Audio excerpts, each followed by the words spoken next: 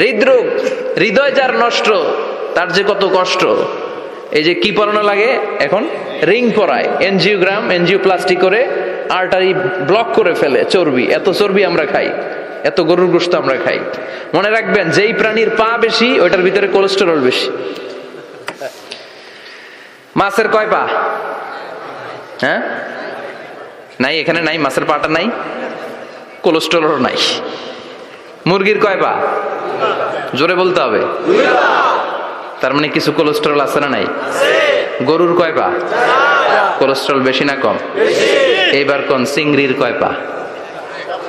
সবচেয়ে বেশি cholesterol contain করে শ্রিম্প, প্রন, চিংড়ি।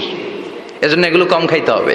তবে 40-এর আগে যারা আছেন ধুমায়া খান, 40-এর পরে এই যে মাটন, ল্যাম্প, ছাগলের গোশ, খাসির গোশ, চিংড়ি, এগুলো আপনার ডায়েট থেকে বাদ দিয়ে দিতে হবে।